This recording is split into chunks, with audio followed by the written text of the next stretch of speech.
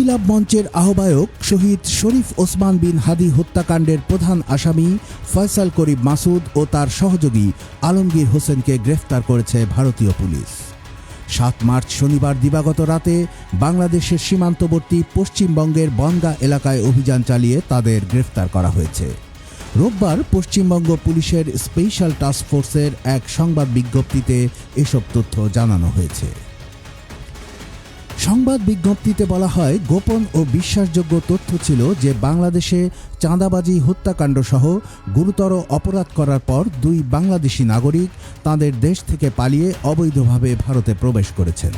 সুযোগ পেলে তাঁরা আবার বাংলাদেশে ফিরে যাওয়ার উদ্দেশ্যে বনগাঁ সীমান্ত এলাকায় আশ্রয় নেওয়ার চেষ্টা করছিলেন। এমন তথ্যের ভিত্তিতে শনিবার দিবাগত মধ্যরাতে অভিযান চালিয়ে বনগাঁ এলাকা থেকে 2 বাংলাদেশি নাগরিককে আটক করা হয়। তারা হলেন পটুয়াখালীর রাহুল ওরফে ফয়সাল করিম ও ঢাকার আলমগীর হোসেন।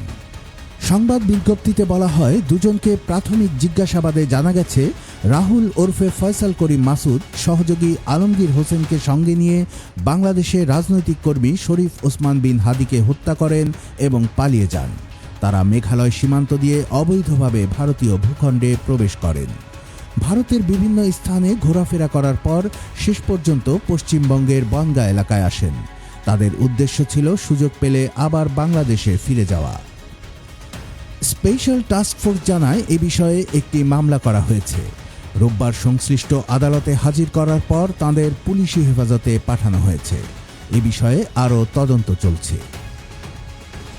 আলোচিত জুলাই যোদ্ধা ও ইনকিলাব মঞ্চের আহ্বায়ক শরীফ ওসমান বিন হাদি ঢাকা 8 আসনে স্বতন্ত্র প্রার্থী হিসেবে গণসংযোগ করে আসছিলেন।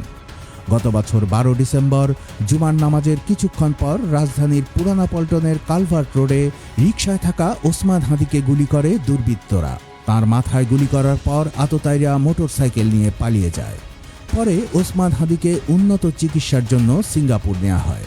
সেখানে 18 ডিসেম্বর মারা যান তিনি।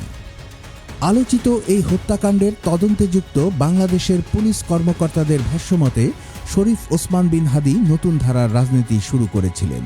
সেই রাজনীতির কারণেই ঢাকা মহানগর উত্তর যুবলীগের সাংগঠনিক সম্পাদক ও মিরপুর এলাকার সাবেক ওয়ার্ড কাউন্সিলর তাজুল ইসলাম চৌধুরী বাপ্পির নির্দেশনা ও পরিকল্পনায় শরীফ ওসমান বিন হাদিকে গুলি করে হত্যা করা হয়।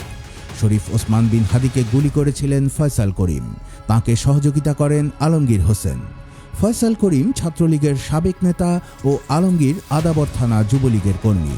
এই হত্যাকাণ্ডের পর ফয়সাল ও আলমগীর ছাড়াও সাবেক কাউন্সিলর তাইজুল ইসলামও ভারতে পালিয়ে যান বলে তদন্ত কর্মকর্তাদের ধারণা।